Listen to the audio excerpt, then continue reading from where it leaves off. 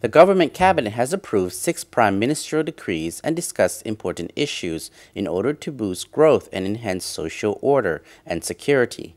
The approval was made at the monthly government meeting in July, which was chaired by Prime Minister Thongsing Thammavong.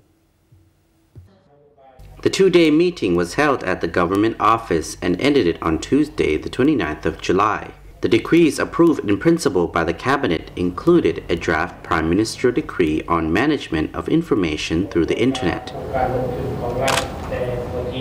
In regards to this decree, the Cabinet entrusted relevant sectors to take action to inspect and address websites that tarnish the image of the region and undermine security. The meeting also approved a drafted presidential ordinance on granting honourable citizenship for foreigners. The ordinance defined the principles and regulations on how to grant citizenships to foreigners. A draft Prime Ministerial Decree on immediate inspection of state investment projects in order to ensure proper implementation was also approved. A draft-amended Prime Ministerial Decree on associations and a draft-amended Prime Ministerial Decree on foundations were endorsed by the Cabinet members.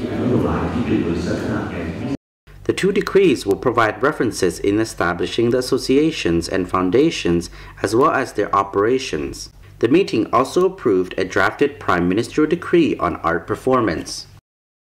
The members of the Cabinet discussed amendments to a draft policy on sustainable hydroelectric development in Laos, while also discussing Laos' draft vision for the integration into the ASEAN Economic Community in 2015. At the meeting, Prime Minister Thongsing instructed the Cabinet members to attach greater attention on maintaining social order and security while addressing social problems. Ministries in charge of economic affairs were asked to take thorough action in carrying out formulated measures to ensure economic stability.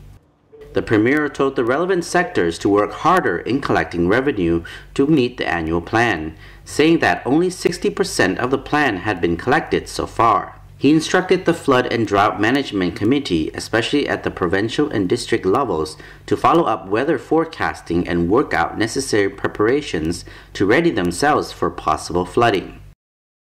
Officials were told to take quick action to repair roads in cases where they are damaged by floods and storms in order to ensure convenient transportation of goods and daily commuting. The Prime Minister called for the officials to attach greater attention in following up and working out prevention measures for rainy season diseases.